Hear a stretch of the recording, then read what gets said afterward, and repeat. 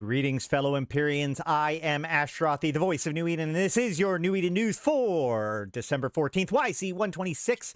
Vanguard deployments recede after 2 weeks of intense activity. Planetary defense hack halt as Vanguard retreat. Gulmorogod 4.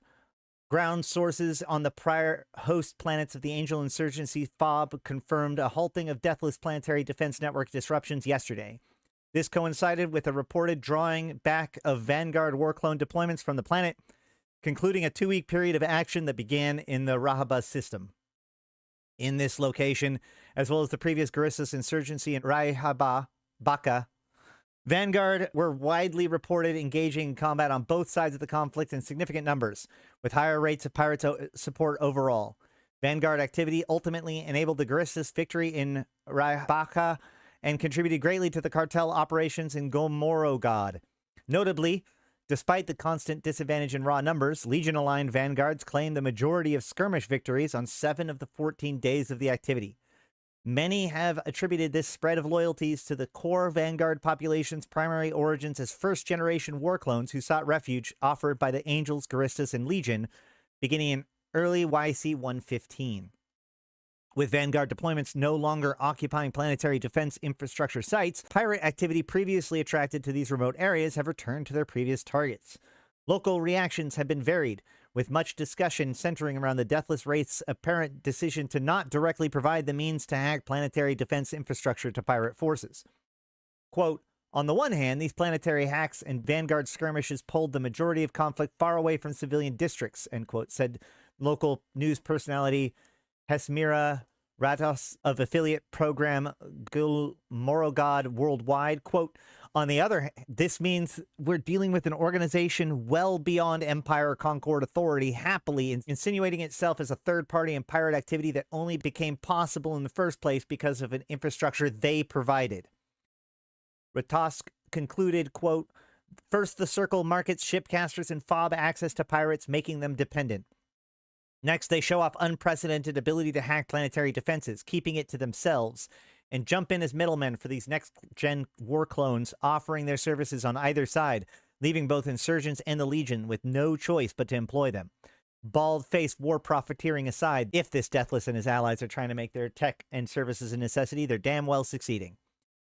Vanguard freelance trials produce mixed outcomes. In the reaches of Nullsec, Vanguard freelance trials conducted by the agency network controlled mercenary organizations yielded significant yet highly varied results on planets threatened by emerging resistance to Equinox workforce colonies. Vanguard activity on DHR Tech H77 branch and JZV F42 Veil of the Silent strongly favored Guristas and Deathless operations, respectively. Contracts from Guristas agent Ominen Sin supports raids on local colony assets proved especially popular, with completions totaling over twice the number reported for all but one of the offerings. This sole exception was on JZV TAC F42, where tasks dispensed on behalf of the Deathless Circle by the Peacock resulted in stonewalling of Society of Conscious Thought acquisition efforts. Concurrently, Equinox colonies on the H74 TAC BO2 Quirius and 4 TAC EFLU2 Wicked Creek reported overwhelming support from freelancers. Asset denial operations under Mortis Legion Strike Commander Tsuni Aina sustained the highest completion ratio of all recorded contracts, significantly hampering the Salvation Angels activity.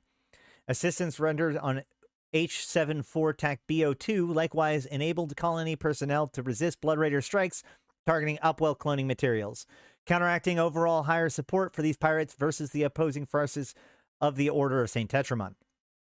Meanwhile, in the background of respective Angel and Guristas operations, new retrievals of cloning and colony tech for Circle Associates Lifegiver and Quartermaster hint at a new R&D and refinement yet to come in the evolution of Vanguard.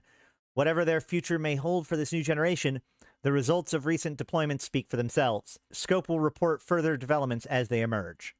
News in brief. Legion founder Moria Mordu dismisses criticism of recent Vanguard employment. Wormhole-stationed SOE operatives note shift in drifter-controlled sleeper drone activity. Widespread hangar noise complaints as Capsuleer repeatedly tests new boarding protocol. Capsuleer site Arada Oki bivouacs offering trades of Atavum encrypted infomorphs. New Inspector Bob drones receive warm reception in station hangars across New Eden. EdenCom scouts report rising threat level across Poshvin DAW's liminality loci. The Sanchez Nation and ore mobilization continues in volatile ice storms.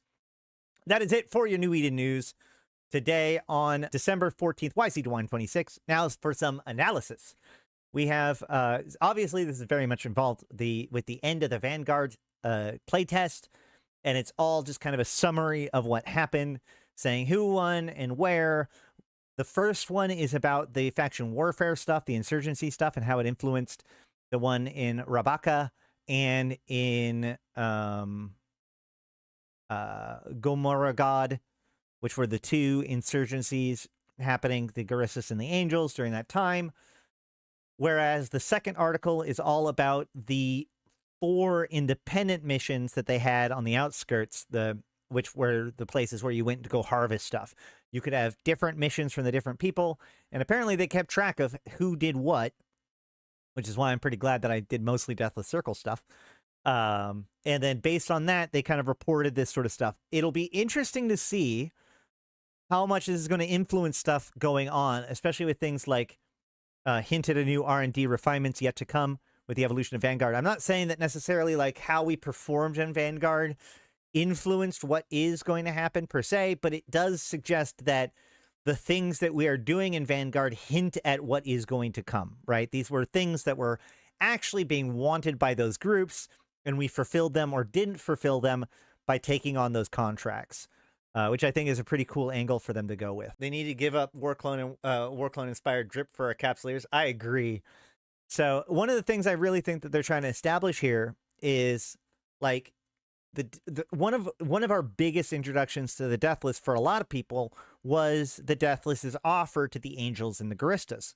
However, if you've been paying attention to the Deathless as long as I have, you would know that the Deathless doesn't necessarily have like a reason.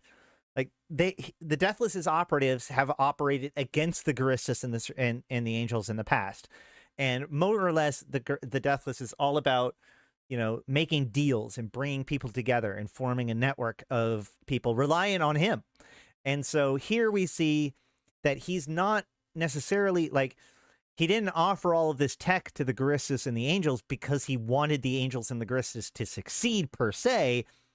He wanted the chaos that would result in, and he wanted the Gerissus and Angels to be reliant on him, so that way they get along with him and they do what he wants them to do, because they were previously potentially thorns in his side, because they operated against his Deathless Circle agents before. You can see that the Deathless is more interested in forcing people to be reliant on his services, and we also continue to see his strong connection with the agency, the Ostakon agency, which runs the agency in Eve. So, you know, we're going to see that more and more as the Deathless tries to provide his war clones. Basically, he wants to be the medium by which fighting is done, rather than ensuring that any one side wins. And there's a lot of power that comes from that. We're going to see how that works out for him over time. Also, widespread hangar noise complaints, new boarding protocol. I assume that's the breacher pods. Now, this is actually an interesting thing. So one of the things that people found was that in wormholes, and it seems like they move around, in some random wormholes, you can find the Ashterothi bivouacs, and you can trade out of them and encrypted infomorphs to them instead of at the Warden, which is technically a little bit safer because the Warden is, you know, watched by people. But if I remember correctly, I think the Ashterothi bivouac offers a better return for your tokens than the Warden does. So if you can manage to find a bivouac and turn into there, that's a better way of getting like blueprints and other pieces of the Cenotaph and the Tholos. The new Inspector Bobs we saw with the little doodads, the little things that come and scan your ships while you're in station. The increased threat level around the Poshvin DAW's liminality loci is probably tied to that update that just got done, making it so the liminality locus puts out pings that gets rid of stealth and also had its hit points changed. And then, of course, the volatile ice storm is the winter event, so not too big of a deal there. But that's it for the New Eden News. I've been Ashterothi. Let me know in the comments down below, where do you think Vanguard is going? Do you think that the Deathless has a trick up his sleeve? Do you think that the Serpentis and the Blood Raiders might get involved at some point more directly? Do you think the Angels and the Gristles might get mad at the Deathless for kind of backstabbing them? Let me know below. If you're watching this live, we are going to continue, but if not, if you're watching this edited, thank you for checking it out, liking, commenting, and subscribing. I've been Ashterothi, the voice of New Eden. Until next time, I'll see you in space.